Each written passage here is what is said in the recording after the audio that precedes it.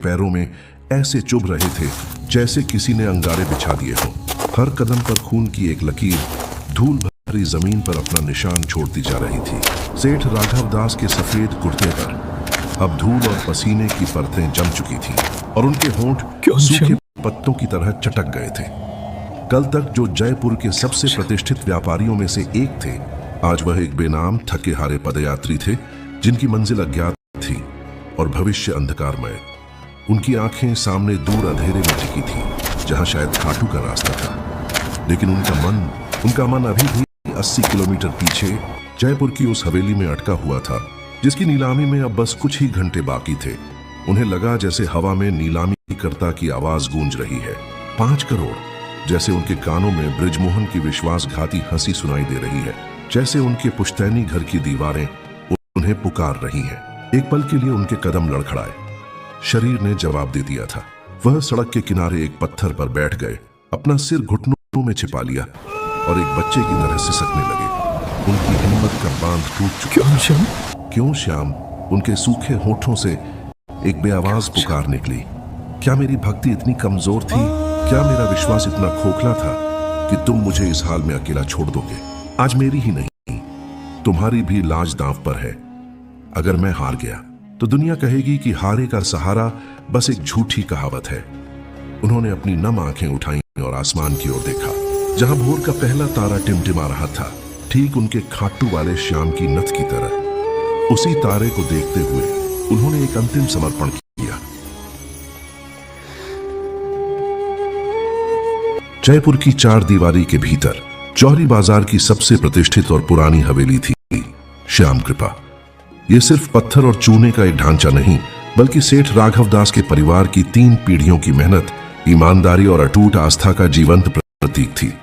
हवेली के पीले जैसलमेरी पत्थर सूरज की रोशनी में सोने की तरह चमकते और उसकी बारीक नक्काशीदार झरोखे जयपुर की समृद्ध विरासत की कहानी कहते। हवेली के ठीक बीच में एक भव्य आंगन था जिसके केंद्र में तुलसी का चौरा और एक छोटा पर अत्यंत जागृत मंदिर था जिसमें खाटू के श्याम बाबा का मुस्कुराता हुआ विग्रह स्थापित था। सेठ राघव दास अपने पिता सेठ गिरधारी लाल के एकमात्र वारिस, उस विरासत के सच्चे वाहक थे। उन्होंने न केवल अपने पिता के कपड़ों के कारोबार को संभाला, बल्कि अपनी सूझबूझ और मेहनत से उसे नई ऊंचाइयों पर पहुंचाया। राघव टेक्सटाइल्स का नाम आज पूरे भारत में गुणवत्ता और विश्वास का पर्याय बन चुका था। उनके गोदाम हमेशा बेहतरीन कपड़ों से भरे रहते और उनके कर्मचारी उन्हें मालिक नहीं बल्कि परिवार का मुखिया मानते थे। राघव सेठ की दिनचर्या श्याम बाबा के इर्द गिर्द ही घूमती थी। ब्रह्म मुहूर्त में उठकर स्नान के बाद उनकी पहली मंजिल हवेली का वही छोटा मंदिर होता।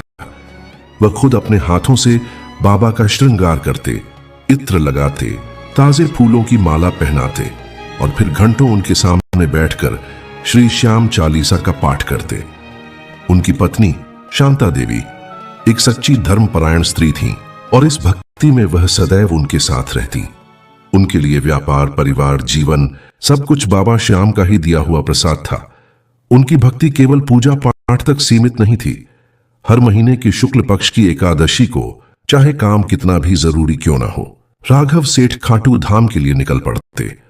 वह निशान पवित्र ध्वज लेकर जयपुर से खाटू तक की पदयात्रा में शामिल होते, आम भक्तों की तरह भजन गाते और बाबा के दरबार में पहुंचकर अपने पूरे महीने का लेखा जोखा उनके चरणों में रख देते। बाबा, यह कमाई भी तेरी, यह बरकत भी तेरी, हम तो बस तेरे दिए हुए काम को संभालने वाले मुनीम हैं, वह अक्सर कहते। उनकी दानवीरता के किस्से भी जयपुर में मशहूर थे। उनकी दुकान पर आया कोई भी जरूरतमंद कभी खाली हाथ नहीं लौटता था। सर्दियों में गरीबों को कंबल बांटना, गर्मियों में प्याऊ लगवाना और हर फाल्गुन मेले में खाटू में एक विशाल भंडारा आयोजित करना उनके जीवन का अभिन्न अंग था। इस सुनहरे जीवन में राघव सेठ का सबसे बड़ा विश्वास पात्र था बृजमोहन।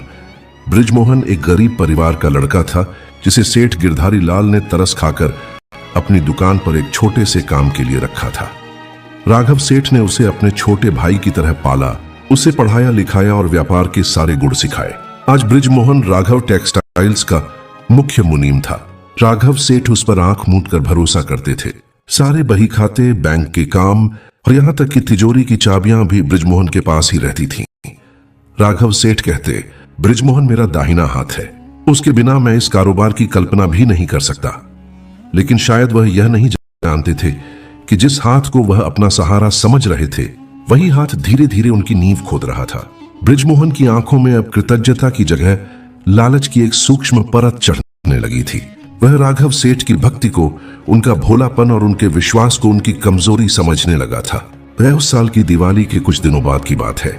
बाजार में रौनक थी और राघव टेक्सटाइल्स के गोदामों से माल ट्रकों में भरकर देश के कोने कोने में जा रहा था। राघव सेठ हमेशा की तरह अपनी भक्ति और दान पुण्य में व्यस्त थे और व्यापार की पूरी बागडोर बृजमोहन के हाथों में थी। एक दिन जब राघव सेठ बैंक में किसी निजी काम से गए तो मैनेजर ने उन्हें अपने केबिन में बुलाया। मैनेजर थोड़ा हिचकिचाते हुए बोला, सेठ जी, एक बात पूछनी थी। आपने पिछले 3 महीनों में व्यापार के नाम पर जो 50 करोड़ का भारी भरकम कर्ज लिया है, क्या उसकी कोई नई योजना है? बस हम अपने रिकॉर्ड के लिए पूछ रहे थे। राघव सेठ के पैरों तले जमीन खिसक गई। 50 करोड़ का कर्ज? कैसा कर्ज? मैंने तो 1 रुपए का भी कर्ज नहीं लिया। हमारी कंपनी तो हमेशा कर्ज मुक्त रही है। मैनेजर ने कुछ फाइलें निकाली और दिखाया। हर कागज पर राघव सेठ के हस्ताक्षर थे। हर आवेदन पत्र बृजमोहन द्वारा सत्यापित था। पैसा किश्तों में निकाला गया था और अलग अलग शेल कंपनियों, फर्जी कंपनियों में ट्रांसफर कर दिया गया था, जिनके पते भी फर्जी थे। राघव सेठ का सिर चकरा गया। उन्हें अपनी आंखों पर विश्वास नहीं हो रहा था। वह कांपते हुए हाथों से घर लौटे। उन्होंने बृजमोहन को बुलाया। बृजमोहन आया। उसके चेहरे पर हमेशा की तरह वही भोली मुस्कान थी। बृजमोहन, राघव सेठ की आवाज भारी थी। यह क्या है? उन्होंने बैंक के कागज उसके सामने रख दिए। कागजों को देखकर बृजमोहन की मुस्कान एक कुटिल हंसी में बदल गई। ओह, तो आपको पता चल ही गया सेठ जी। मैं तो सोच रहा था कि आपको और कुछ महीने आपके श्याम बाबा की भक्ति में डूबे रहने दूं। बृजमोहन, यस, ये तुमने क्या किया? मैंने तुम्हें अपना भाई समझा। राघव सेठ की आंखों में आंसू थे। भाई? बृजमोहन जहरीले अंदाज में हंसा। भाई और मालिक में फर्क होता है सेठ जी। मैं सारी जिंदगी आपकी जूठन पर नहीं पल सकता था। आपने मुझे काबिल बनाया और मैंने अपनी काबिलियत का इस्तेमाल किया। यह सारा कारोबार, यह सारी संपत्ति अब मेरी है। मैंने धीरे धीरे कंपनी के सारे शेयर और संपत्तियां इन फर्जी कंपनियों के नाम कर दी हैं, जिनका मालिक मैं हूं। और यह कर्ज, यह तो आपके नाम पर है। अब आप इसे चुकाइए या जेल जाइए। यह कहते हुए उसने कुछ और कागज निकाले, जिसमें यह साबित किया गया था कि राघव टेक्सटाइल्स अब कानूनी तौर पर उसकी संपत्ति थी। उसने राघव सेठ पर ही धोखाधड़ी और गबन का झूठा मुकदमा भी दायर कर दिया था। अगले कुछ हफ्तों में राघव सेठ की दुनिया उजड़ गई। जिन बैंकों ने उन्हें हमेशा सम्मान दिया था, उन्होंने कर्ज वसूली के नोटिस भेजने शुरू कर दिए। जिन व्यापारियों के साथ उनके पीढ़ियों के संबंध थे, उन्होंने अपना माल वापस मांगना शुरू कर दिया। उनके घर पर लेनदारों की भीड़ लगने लगी। जिन रिश्तेदारों और दोस्तों की उन्होंने शादियों और बीमारियों में लाखों की मदद की थी, वे अब सड़क पर देखकर मुंह फेर लेते थे। अदालत में भी बृजमोहन ने झूठे गवाहों और जाली कागजातों का ऐसा जाल बुना कि राघव सेठ खुद को निर्दोष साबित नहीं कर पा रहे थे। उनकी प्रतिष्ठा, उनकी इज्जत, सब कुछ मिट्टी में मिल गया। लोग कानाफूसी करते, देखा इतना बड़ा भक्त बनता था और अंदर से कितना बड़ा चोर निकला। यह शब्द किसी खंजर की तरह राघव सेठ के सीने में चुभते थे। उनका विश्वास जगमगाने लगा था। वह अपने मंदिर में बाबा के सामने खड़े होकर पूछते, क्यों श्याम, मेरी भक्ति में क्या कमी रह गई थी? मैंने तो हर सांस पर तुम्हारा नाम लिया, फिर तुमने मेरे साथ ऐसा क्यों होने दिया? उनकी हालत दिन ब दिन बिगड़ती जा रही थी। कारोबार छिन चुका था, दोस्तों ने साथ छोड़ दिया था और अब सिर पर करोड़ों का कर्ज था। अंत में वह दिन भी आ गया जिसका उन्हें डर था। बैंक ने उनकी पुश्तैनी हवेली श्याम कृपा को नीलाम करने का नोटिस भेज दिया। नीलामी की तारीख अगले महीने की 15 तारीख फाल्गुन महीने की शुरुआत में तय हुई थी। यह अंतिम प्रहार था। श्याम कृपा सिर्फ एक घर नहीं था, वह उनके पिता की निशानी थी, उनके बच्चों का बचपन था और सबसे बढ़कर वह उनके श्याम बाबा का घर था। राघव सेठ पूरी तरह टूट चुके थे। उन्हें लगा कि अब सचमुच वह हार गए हैं। सर्वस्व समर्पण और एक मौन यात्रा नीलामी में अब केवल एक रात बची थी। हवेली के बाहर बैंक के अधिकारियों ने नोटिस चिपका दिया था, जिस पर मोटे अक्षरों में नीलामी की सूचना लिखी थी। वह नोटिस राघव सेठ की छाती पर एक बोझ की तरह लग रहा था। घर में एक अजीब सा मातम पसरा था। शांता देवी चुपचाप सामान बांध रही थीं। उनकी आंखों से आंसू रुकने का नाम नहीं ले रहे थे। बच्चे सहमे हुए एक कोने में बैठे थे। राघव सेठ उठे और धीरे धीरे चलकर हवेली के मंदिर में पहुंचे। उन्होंने अंदर से कुंडी लगा ली। आज वह किसी से नहीं, सिर्फ अपने श्याम से बात करना चाहते थे। वह बाबा के विग्रह के सामने जमीन पर बैठ गए। उनकी आंखों से आंसुओं की धारा बह निकली। हे मोर मुकुट वाले, हे शीश के दानी। उनकी आवाज सिसकियों में डूब रही थी। मैं आज तक दुनिया से यही कहता आया कि तुम हारे का सहारा हो। आज मैं सचमुच हार गया हूं मेरे मालिक। मेरे पास अब कुछ नहीं बचा। धन गया, मान सम्मान गया, और कल सुबह यह छत भी चली जाएगी जहां मैंने पहली बार तुम्हारी छवि स्थापित की थी। उन्होंने अपनी जेब से हवेली के कागजात और चाबियों का गुच्छा निकाला। कांपते हुए हाथों से उन्होंने उसे बाबा के चरणों में रख दिया। यह लो बाबा, वह एक बच्चे की तरह बिलख पड़े। यह घर तुम्हारा था, तुमने ही दिया था। मैं इसकी हिफाजत नहीं कर पाया। कल सुबह दुनिया आएगी, इस पर बोली लगाएगी। मैं यह अपमान नहीं देख सकता।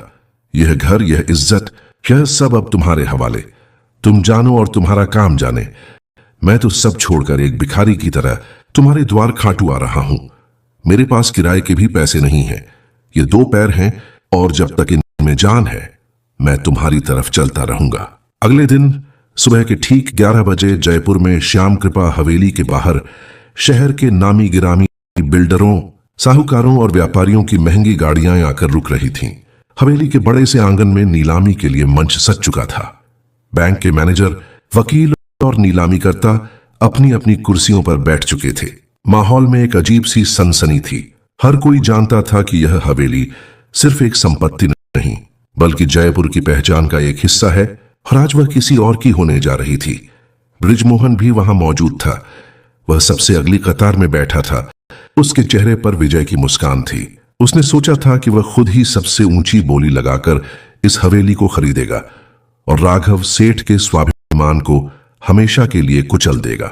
ठीक उसी समय लगभग 80 किलोमीटर दूर राघव सेठ अपने सफर के अंतिम पड़ाव पर थे। उनका शरीर पूरी तरह थक चुका था। पैरों के छाले अब गहरे घाव बन चुके थे। उनके कपड़े धूल और पसीने से सने थे, लेकिन उनकी आंखों में एक दिव्य चमक थी। खाटू धाम का भव्य तोरण द्वार अब उन्हें दिखाई दे रहा था। मंदिर के शिखर पर लहराता केसरिया ध्वज निशान जैसे उन्हें अपनी ओर बुला रहा था। जयपुर में नीलामीकर्ता ने हथौड़ा खटखटाया।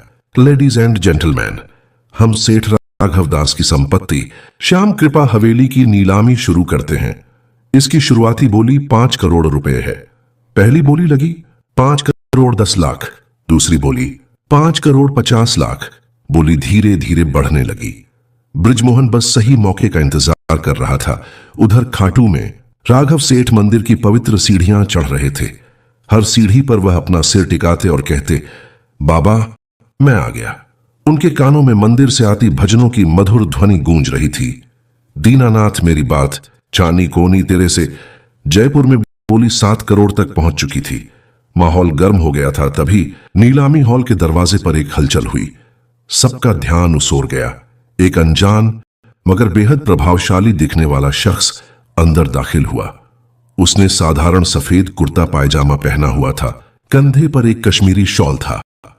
उसका चेहरा शांत और सौम्य था, लेकिन उसकी आंखों में एक ऐसा तेज था कि सबकी निगाहें उस पर टिक गईं। उसके साथ 2 अंगरक्षक भी थे, जिनके हाथों में बड़े बड़े ब्रीफकेस थे। वह शख्स चुपचाप आकर सबसे पीछे की कुर्सी पर बैठ गया। किसी ने उसे पहले कभी जयपुर में नहीं देखा था। नीलामीकर्ता ने फिर पूछा, 7 करोड़ एक बार, 7 करोड़ 2 बार। तभी पीछे से एक शांत पर दृढ़ आवाज आई, 10 करोड़। पूरे हॉल में सन्नाटा छा गया। सबने मुड़कर उस अनजान शख्स को देखा। एक झटके में 3 करोड़ की बोली बढ़ाना कोई मामूली बात नहीं थी। बृजमोहन के चेहरे का रंग उड़ गया। उसने खुद को संभालते हुए कहा, 10 करोड़ 50 लाख। उस अनजान शख्स ने बिना किसी भाव के कहा, 15 करोड़। हॉल में फुसफुसाहट होने लगी। यह कौन था जो पानी की तरह पैसा बहा रहा था? बृजमोहन का चेहरा पसीने से भीग गया। उसने अपनी पूरी ताकत लगाकर कहा, 15 करोड़ 10 लाख। उस शख्स ने इस बार मुस्कुराते हुए कहा, 20 करोड़, और यह मेरी अंतिम बोली है। अब बृजमोहन की हिम्मत जवाब दे गई। 20 करोड़ उसकी पहुंच से बहुत बाहर थे। बाकी सभी बोली लगाने वाले पहले ही चुप हो चुके थे। नीलामीकर्ता ने हथौड़ा उठाया। 20 करोड़ एक बार, 20 करोड़ 2 बार और यह 20 करोड़ 3 बार। यह हवेली इन सेठ जी की हुई। सबने उस अनजान शख्स के लिए तालियां बजाईं। बैंक मैनेजर उनके पास पहुंचा। मुबारक हो सेठ जी, कृपया अपना नाम और विवरण बता दीजिए ताकि हम कागजी कार्रवाई पूरी कर सकें। उस शख्स ने मुस्कुराते हुए कहा, कागजी कार्रवाई जरूर होगी, लेकिन थोड़ी अलग। उन्होंने अपने अंगरक्षक को इशारा किया। अंगरक्षक ने एक ब्रीफ केस खोला और नोटों की गड्डियां मेज पर लगानी शुरू कर दी। यह देखकर सबकी आंखें फटी की फटी रह गईं। फिर वह शख्स बोला, मैनेजर साहब, मैं यह हवेली खरीदने नहीं आया हूं। मैनेजर हैरान, तो फिर आपने 20 करोड़ की बोली लगाई है? हां, शख्स ने कहा, मैंने भी उस करोड़ की बोली सिर्फ इसलिए लगाई ताकि कोई और इसे खरीद न सके। अब आप हिसाब लगाइए कि सेठ राघव दास पर कुल कर्ज कितना है, ब्याज समेत। बैंक के अधिकारियों ने जल्दी जल्दी हिसाब लगाया। कुल कर्ज, ब्याज और अन्य खर्चे मिलाकर लगभग 12 करोड़ रुपए थे। उस शख्स ने कहा, ठीक है, यह लीजिए 12 करोड़ रुपए। सेठ राघव दास का खाता अभी और इसी वक्त बंद कर दीजिए। उनकी सारी संपत्ति के मूल कागजात निकालिए। मैनेजर ने कांपते हुए हाथों से पैसे लिए और सारे कागजात उस शख्स को दे दिए। फिर उस शख्स ने जो किया उसे देखकर वहां मौजूद हर व्यक्ति स्तब्ध रह गया। उसने हवेली के मूल कागजात लिए और उन्हें राघव सेठ के बूढ़े और वफादार वकील के हाथ में थमा दिया, जो एक कोने में उदास बैठे थे। शख्स ने कहा, वकील साहब, यह आपकी अमानत है। जब आपके सेठ जी लौटें तो उन्हें दे दीजिएगा और कहिएगा कि उनकी हवेली उन्हीं की थी और उन्हीं की रहेगी। श्याम बाबा के घर पर कोई और कब्जा नहीं कर सकता। यह कहकर वह रहस्यमयी शख्स मुड़ा और बिना किसी से एक और शब्द कहे अपने अंगरक्षकों के साथ बाहर निकलकर अपनी गाड़ी में बैठकर चला गया। किसी को उसका नाम तक पूछने की हिम्मत नहीं हुई। वह कहां से आया था और कहां चला गया, यह एक रहस्य बन गया। उधर खाटू में राघव सेठ बाबा श्याम के भव्य दरबार के ठीक सामने खड़े थे। बाबा का अलौकिक श्रृंगार, उनकी करुणामयी आंखें और उनके मुख पर मंद मंद मुस्कान। राघव सेठ को ऐसा लगा जैसे बाबा सीधे उन्हीं को देख रहे हैं। वह अपने सारे दुख, सारे कष्ट, सारी पीड़ा भूल गए।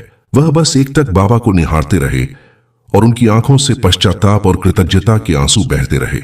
उन्होंने हाथ जोड़कर कहा, बाबा, मैंने कुछ नहीं मांगा। घर भी तुम ले लेते तो कोई गम नहीं था। बस तुमने मुझे अपने चरणों तक बुला लिया, मेरे लिए यही बहुत है। अब मैं यहीं तुम्हारे द्वार पर पड़ा रहूंगा। वह घंटों वहीं बैठे रहे।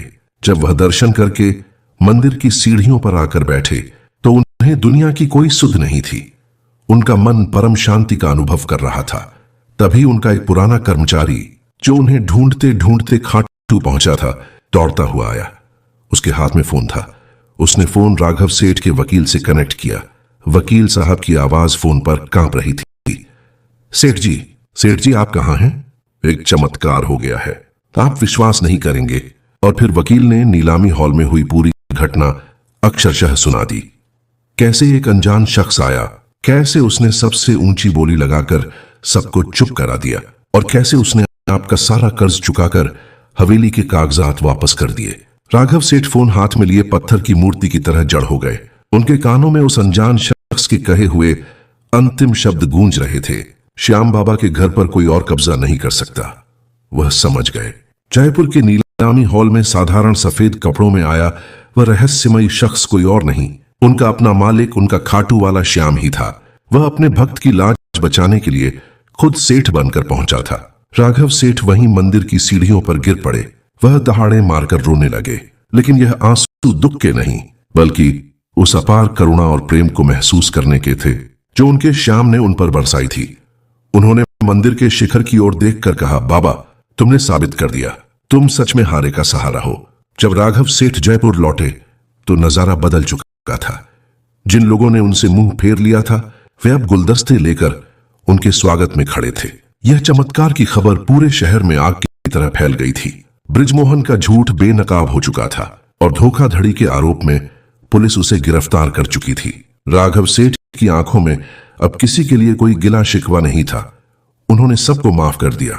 उन्होंने अपनी श्याम कृपा हवेली में एक विशाल सत्संग का आयोजन किया और उस दिन से वह हवेली सिर्फ एक घर नहीं बल्कि एक तीर्थ बन गई, जहां हर दिन श्याम नाम का कीर्तन होता है और हर जरूरतमंद की मदद की जाती है। राघव सेठ ने अपना व्यापार फिर से शून्य से शुरू किया, लेकिन इस बार उनके साथ बाबा श्याम की वह शक्ति थी जिसने उन्हें अटूट बना दिया था।